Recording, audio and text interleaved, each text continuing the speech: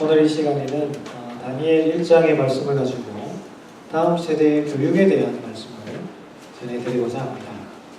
우리 성도님들의 가정에서나 우리 교회가 주일학교 교육에 힘을 많이 쓰고 있기는 한데 이 시대를 보고 또 성경 말씀을 보면 지금보다 몇 배 더 분발해야 된다 하는 것을 느끼게 됩니다. 먼저 몇 가지 통계 자료를 소개해 드리겠습니다. 최근 우리나라 출산율은 아주 심각한 수준이라는 것을 잘 아실 것입니다. 작년에 합계 출산율이 1.05명이라고 합니다. 이 말은 작년 수준이라면 여성 100명이 모두 평생 동안 105명의 아이밖에 갖지를 못한다 그 말입니다. 어떤 분들은 2명, 3명 낳기도 하지만 1명 가진 여성들도 있고 아이를 갖지 않는 부부 또는 결혼하지 않고 미혼으로 사는 여성들의 숫자가 계속 늘고 있다는 의미입니다. 전문가들은 이 저출산으로 인해서 앞으로 교육이나 경제나 근로 부분, 사회 전반적으로 심각한 문제가 일어날 것이라고 예상하면서 우려하고 있습니다. 인구 감소로 인한 문제는 교회도 피할 수 없습니다. 교회 미래학 전문가들은 지금부터 30년 후에 한국의 교인 수는 300만에서 많게는 400만 정도까지 될 것이다 이렇게 예측을 합니다. 이 숫자는 지금의 절반도 되지 않는 숫자입니다.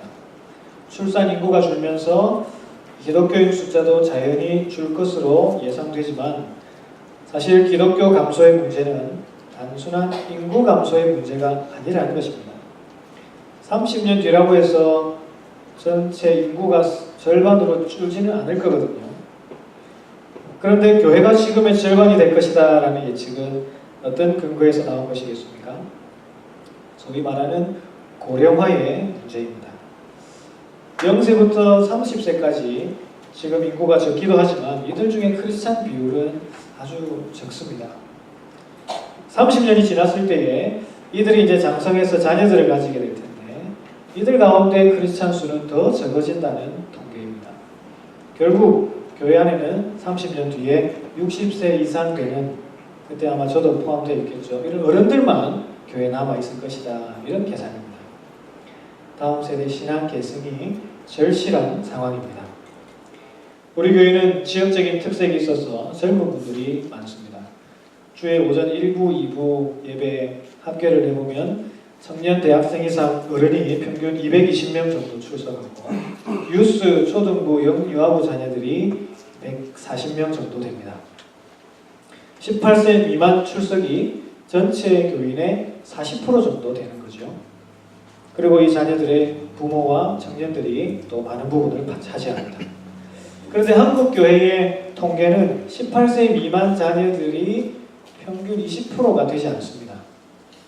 중소형 교회나 농어촌으로 갈수록 그 비율은 더 떨어지고 대도시의 중형 교회 이상들 제외하고는 많은 교회들, 개척교회들 20%, 자녀들 숫자가 20%를 넘지 못합니다. 심각한 것은 이 중에 중고등학생 비율이 가장 적다는 것입니다.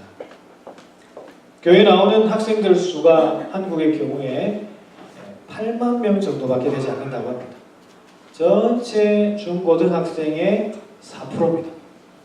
길 가다가 교복 입은 학생들 붙잡고 아무나 물어보면 너 교회 다니냐 물어보면 100명 중에 4명만 교회 다닌다고 말하는 상황입니다. 교회는 많고 십자가는 많이 서 있는데 자녀들이 없습니다. 없어서 없기도 하겠지만 다음 세대 신앙 교육에 대한 자원과 역량이 상당히 고갈된 상태입니다. 작년에 미주 크리스찬 투데이가 이민 목회 현황 설문조사를 실시했습니다.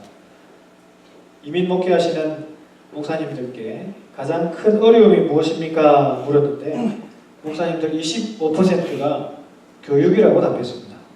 교육 스텝진이 부족하다. 한인 2세들과 의사소통이 안 된다.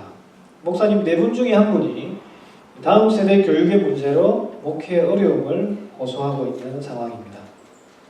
교회마다 다음 세대 자녀들을 향한 마음은 있는데 섬길 교사가 없고 사역자가 없고 자녀들과 이런 언어적인 문화적인 간격을 극복하지 못하고 여러 가지 이런 애로사항들로 인해서 다음 세대에 손을 쓰지 못하고 있는 그런 현실에 처해 있습니다.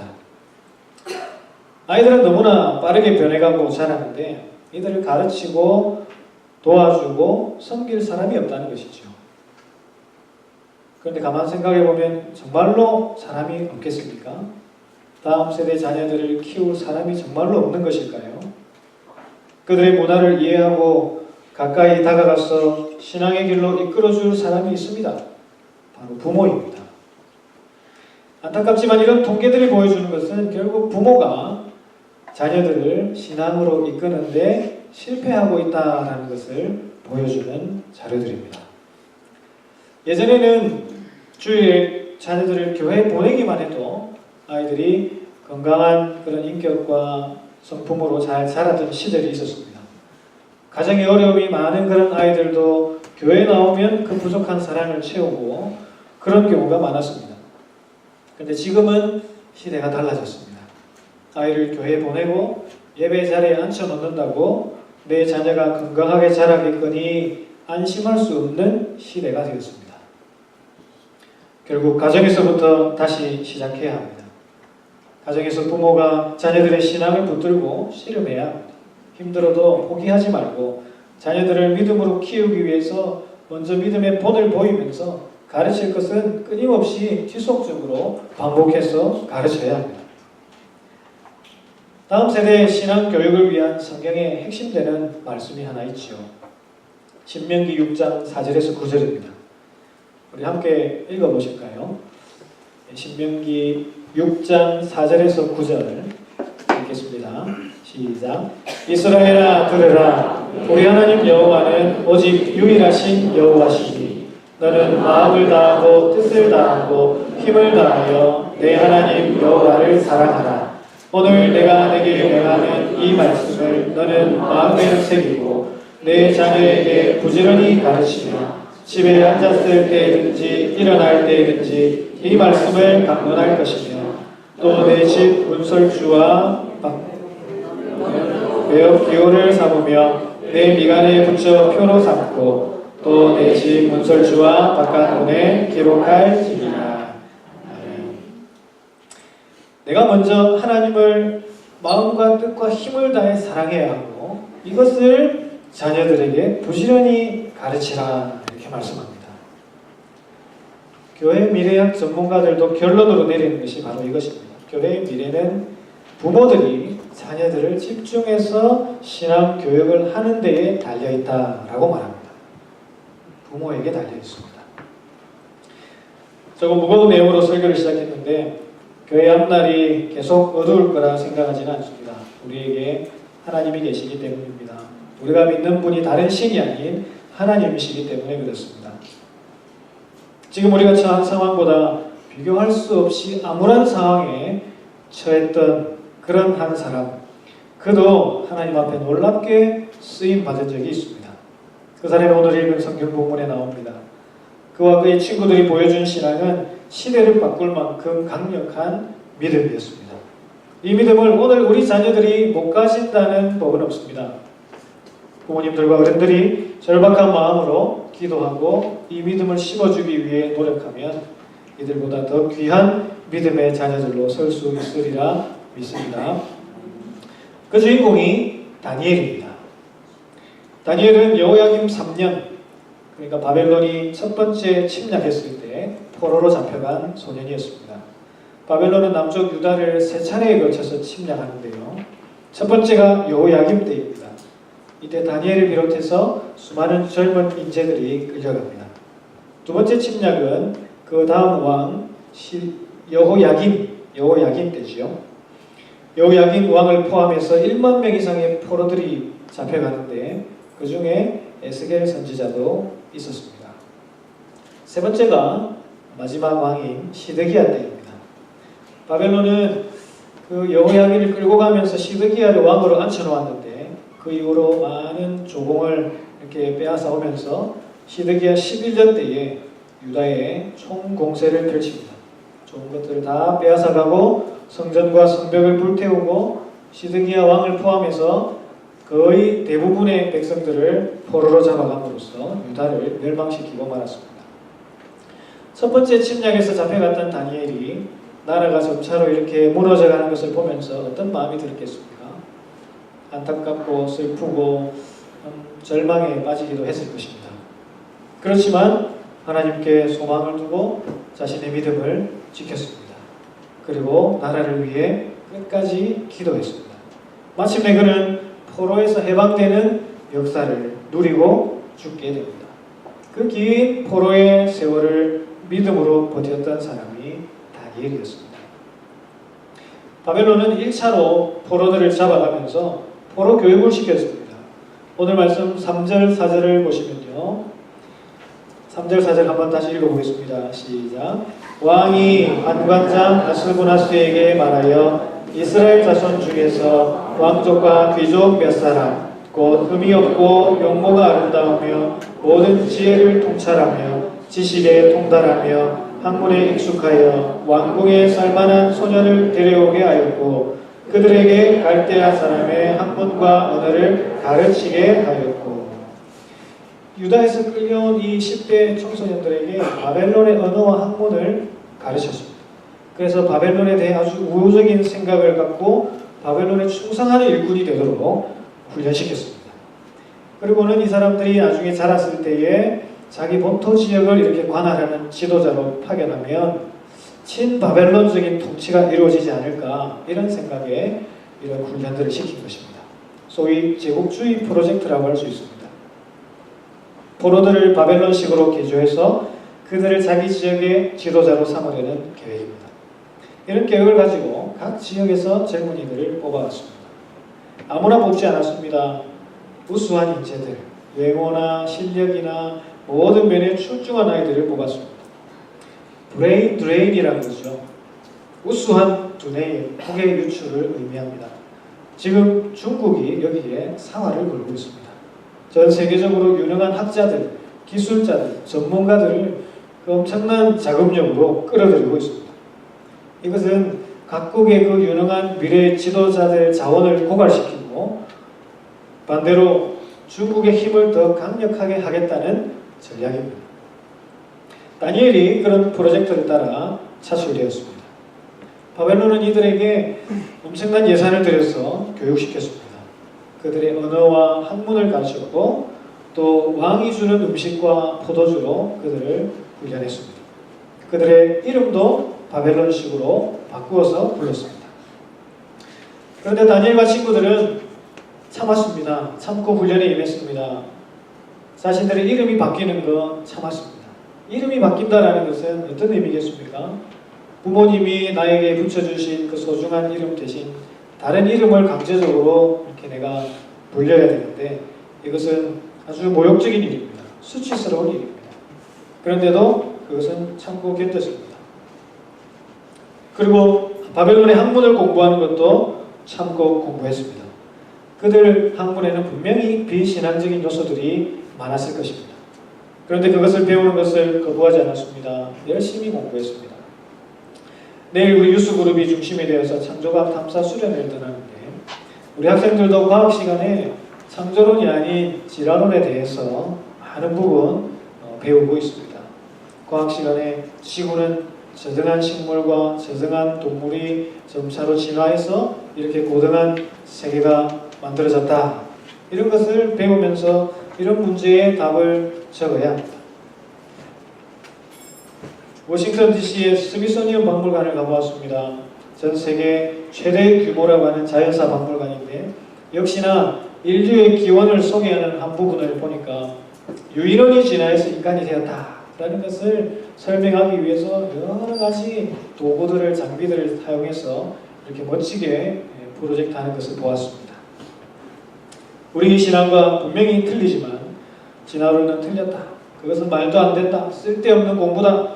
이러면서 그 과목을 무시할 수 없습니다. 다니엘과 친구들도 이런 상황에 직면했을 때에 그런데도 그들은 참고 공부했습니다.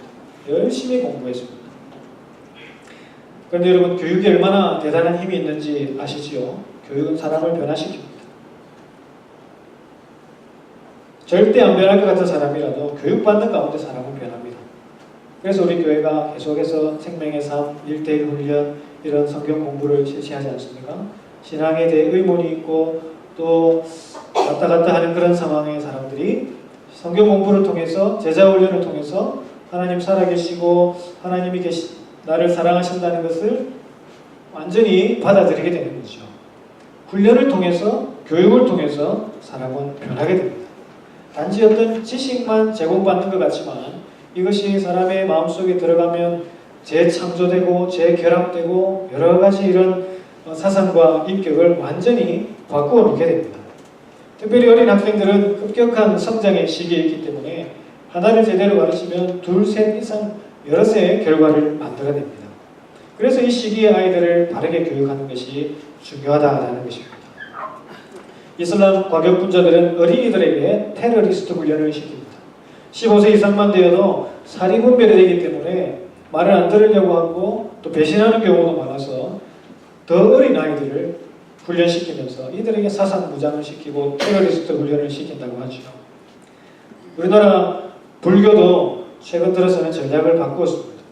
어른들 포교가 잘 안 되는지 지도자들이 모여서 불교 대중화 방안을 의논한 끝에 결론을 낸 게 뭐냐니까 어린이 포교 활성화입니다. 어린이들에게 불교를 가르쳐야 한다는 것입니다. 어린이 주말 법회, 어린이 불교 학교, 아이들에게 친숙한 애니메이션과 캐릭터 이런 것들을 많이 만들면서 엄청나게 투자하면서 집중 공략하는 중입니다. 이제 여름 방학이 되면 한국에서는 유명한 사찰들마다 정말 이 불교 학교를 소파일 이상의 행사로 만들기 위해서 지금 많이 준비하고 있다고 합니다. 이들이 불교 학교, 불교 집회 이런 데 다녀와가지고 엄마 아빠에게 엄마 아빠 우리는 성불해야 돼 이러면서 이번에 어느 절에 갑시다 이러면 부모들이 자녀들을 이끌고 절로 간다는 것이죠. 자연스럽게 불교인이 되는 것입니다. 바벨론이 그랬습니다. 똑똑한 소년들 붙들고 바벨론식 교육을 엄청나게 시켰습니다. 그런데 중요한 것은 다니엘과 친구들이 3년 동안 엄격한 훈련을 받았음에도 전혀 그 학문에 동화되거나 바벨론식으로 개조되지 않았다는 것입니다. 오늘 말씀 17절을 보시면요.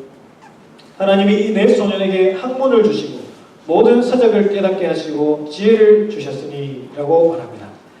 하나님이 그들에게 지혜를 주셨습니다. 하나님이 주신 지혜가 그들에게 있었습니다. 그 지혜로 공부하니까 바벨론의 학문을 통달해버리는 것입니다. 그들의 학문의 경지에 올라서서 바벨론식으로 개조된 것이 아니라 오히려 하나님을 믿는 믿음으로 그 학문을 섭렵해버린 것입니다. 우리 자녀들이 믿음으로 공부해야 하는 이유가 바로 여기에 있습니다. 때로 우리 신앙과 배치되는 것들을 배웁니다. 그렇지만 하나님을 향한 믿음을 앞세우고 공부한다면 그것을 뛰어넘을 수 있습니다. 무엇을 배우든지 어떤 상황을 만나든지 거기에 동화되지 않고 넘어지지 않고 그것을 뛰어넘는 믿음의 자녀가 된다는 것입니다. 그래서 자녀들에게 공부만 시키는 것은 안 됩니다. 이 공부가 나중에는 아이들의 사고나 인격을 비신앙적인 부분으로 개조해버립니다. 나중에 커서 아무리 노력해도 바뀌지가 않습니다. 그렇다고 어릴 때 공부를 소홀히 해도 곤란하겠죠. 세상의 넓은 무대에 설 자리가 없습니다. 하나님을 믿는 믿음을 가지고 공부하는 자녀로 키워야 합니다.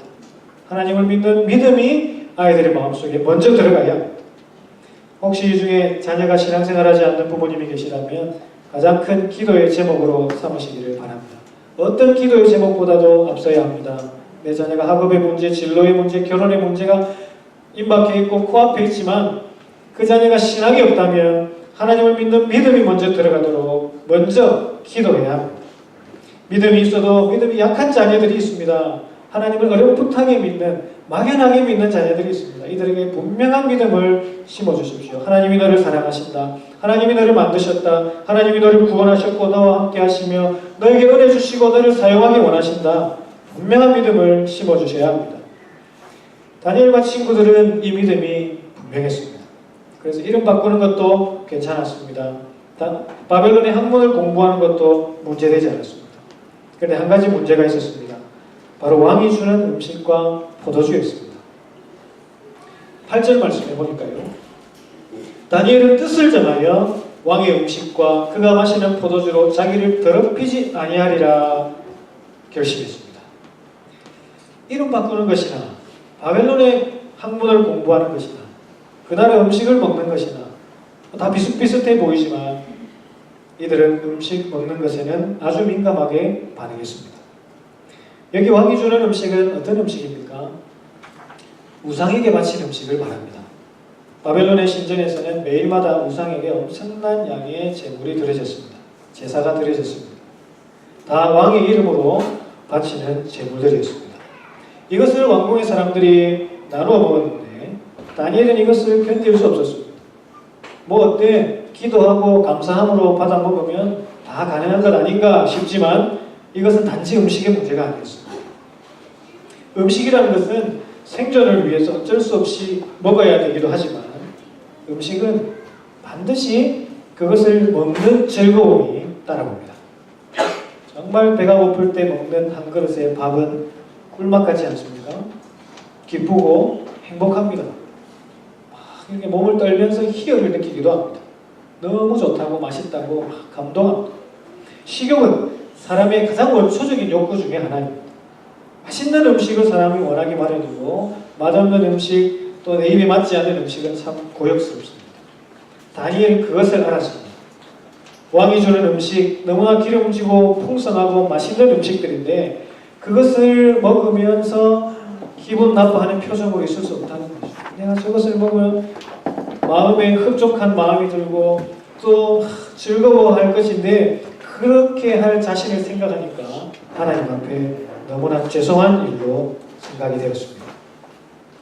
그 음식을 먹는 순간에 하나님 앞에 참 죄송한 일이 되고 내 신앙이 분명 도움이 되지 않을 것이라 판단하고 뜻을 정했습니다. 저 음식으로 나를 괴롭히지 않겠다.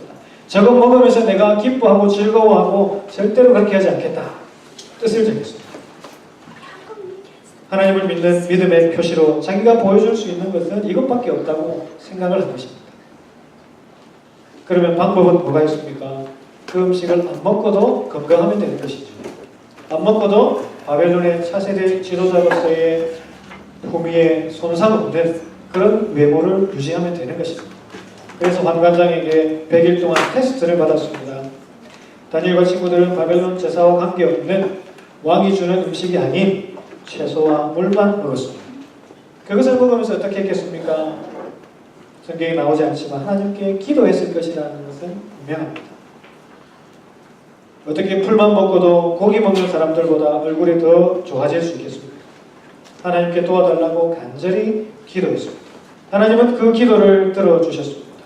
그래서 15절 말씀에 그들이 풀과 물만 먹은 결과를 이렇게 표현합니다. 15절 같이 한번 읽어보실까요? 시작. 열흘 후에 그들의 얼굴이 더욱 아름답고 살이 더욱 윤택하여 왕의 음식을 먹는 다른 소년들보다 더 좋아집니다. 아멘. 하루만 밥을 제대로 못 먹어도 눈이 쑥 들어가고 얼굴이 헬쓱해지는데 이들은 다른 동기생들보다 얼굴이 더 좋았습니다. 이런 식사를 열흘만 먹은 게 아니라 3년 내내 교육받는 기간 3년 동안 이런 식사를 했음에도 어느 누구보다도 얼굴이 아름답고 윤택하고 멋있었습니다. 하나님의 특별한 은혜였습니다. 믿음을 지키기 위해 뜻을 정하고 나아가니 하나님이 다 도와주셨습니다. 얼굴이나 외모가 탁월했을 뿐만 아니라 학문에도 월등하게 우수한 수준에 이르도록 지혜와 은사와 모든 것을 다 주셨습니다. 그래서 결국 3년 수업이 끝났을 때에 왕의 신하로 택함받은 사람은 그 여러 청년들이 있었지만 다니엘과 친구 3사람 이들이었습니다.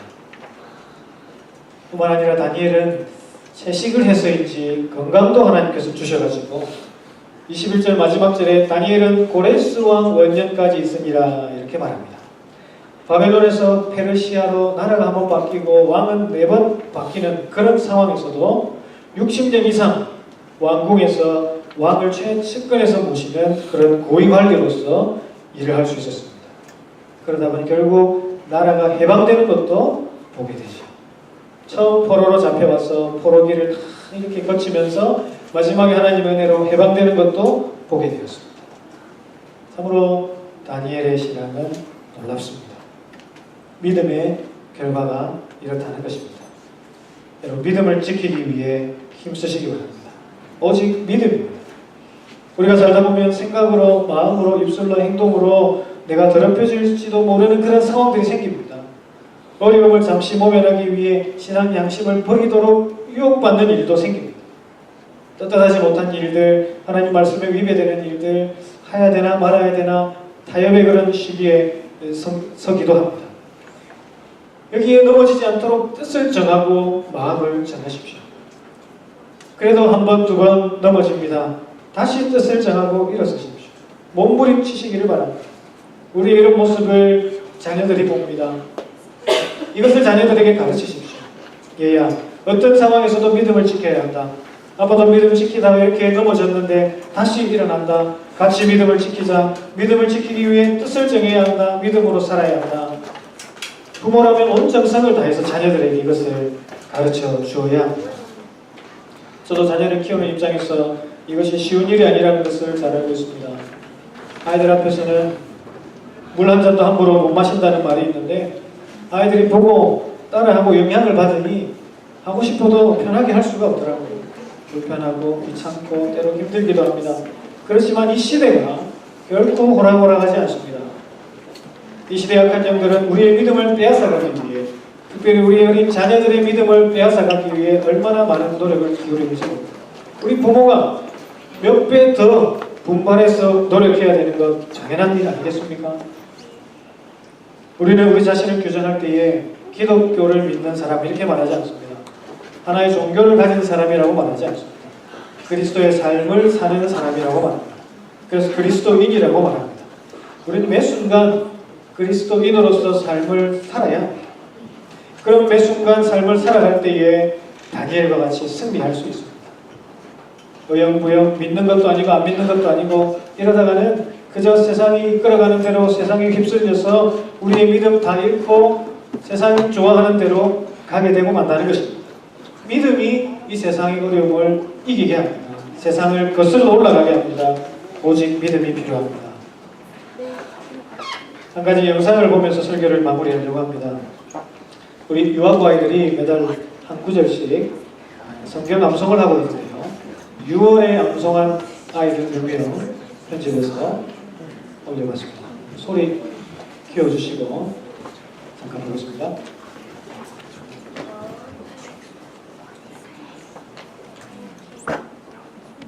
나는 자유라 우리가 조도 사랑하자 6월에 있죠. 사장 7절 말씀하면 시작. 사랑하라 우리가 별로 사랑하자 노왕 있어 사장 7절 말씀 아멘. 사랑하는 자들 우리가 소를 사랑하자 우리 있어 사자 진짜 말씀 여기 나야지. 아멘. 아멘. 사랑하는 자들아 우리가 서로 사랑하자 자 요한일서 4장 7절 말씀 아멘. 사랑하는 자들아 우리가 서로 사랑하자 요한일서 있다 4장 10절 말씀 아멘. 자들아 우리 서로 사랑하자 요한일서 4장 7절 말씀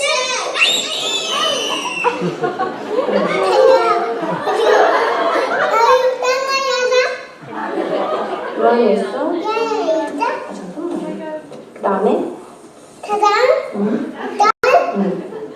또 아멘. 아멘.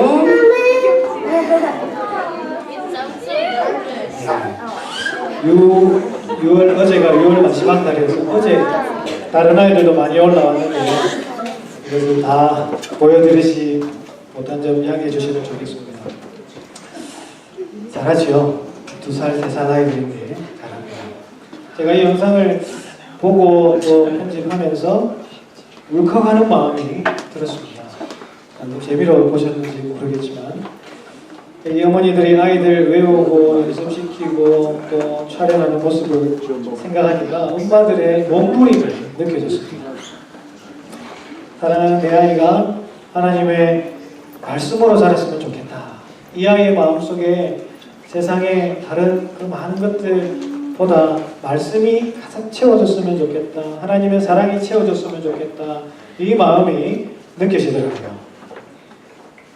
유아부 부모님들이 아이들이 이렇게 잘 이렇게 지도하고 있는 건 너무나 감사한 일이고, 주일학교도 초등학교도 우리 지난 5주간 아이들 방학 훈련을 하면서 가정에서 큐티 지도를 해주십시오 했는데 대부분의 엄마들이 아이들과 함께 큐티를 해오는 것을 보았습니다. 한글이 어려운데도 그 한글을 읽고 떠듬떠듬 하면서도 또 묵상하고 나누는 것을 이렇게 보면서 참 어머님들께도 감사한 마음이 좀 생겼습니다. 뉴스그룹도 부모님들이 프로그램에 적극 참여하면서 아이들 신앙을 세워주기 위해 노력하시는 거 여러분 잘 보셔서 아실 것입니다. 부모나 교사나 교회가 바르게 지도하면 아이들은 반드시 따라옵니다. 우리가 포기하지 않고 지속적으로 가르치는 그 자세가 중요합니다. 우리가 꾸준히 모범을 보이면서 가르치면서 반복하면서 또 위에서 기도하며 섬기면 아이들은 분명히 믿음의 사람으로 자라날 것입니다. 여러분, 우리는 자녀들 신앙 교육에 있어서 마지노선에 서 있습니다.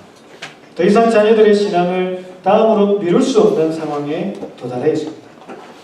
지금 우리가 자녀들의 신앙을 더 강하게 붙잡아 주지 않으면 아이들의 미래도 그렇고 교회의 미래도 어두울 수밖에 없습니다. 물론 하나님의 교회는 하나님이 주인이시기에 반드시 승리하겠지만 그런 과정에서 참으로 많은 피해와 출혈이 우리 가운데 있을 수 있다는 것이죠. 세상의 그 거대한 공격과 죄악이 창궐하는 가운데서 우리가 받을 고통, 우리 자녀들이 받을 고통은 분명 클 것입니다. 다니엘과 같이 믿음을 지키기로 뜻을 정해야 합니다. 나는 거룩하신 하나님 앞에 선 사람으로서 절대로 나를 더럽히지 않겠다. 어떤 상황에서도 이 믿음을 포기하지 않겠다. 뜻을 정해야 합니다. 그리고 우리 자녀들이 그렇게 살아갈 수 있도록 믿음을 불어넣어 주십시오. 여기 계신 모든 부모님들께서 그렇게 해주십시오. 우리 자녀를 다 키우신 분들은 손자, 손녀들 그리고 교회 학교 자녀들을 위해 기도해 주십시오. 아직 여기에는 자녀들 이야기에 별로 이렇게 공감이 되지 않는 청년들도 있는 줄 압니다. 미리 준비해야 합니다. 배우자를 위해 기도할 뿐만 아니라 앞으로 내가 믿음의 가정으로 세우겠다. 기도하면서 지금부터 준비해야 됩니다. 우리보다 더 좋은 믿음을 가진 자녀들로 키우겠다는 그 마음으로 우리가 다음 세대를 준비하며 섬기며 몸부림칠 때에 30년 후에 교회의 미래는 미래학자들의 예측과 다르게 분명히 밝아질 수 있으리라 믿습니다. 다니엘의 믿음을 회복하고 다니엘의 신앙으로 자녀들을 키우는 성도님들과 우리 교회 되기를 간절히 소망합니다. 우리 함께 찬양하면서 헌금하겠습니다.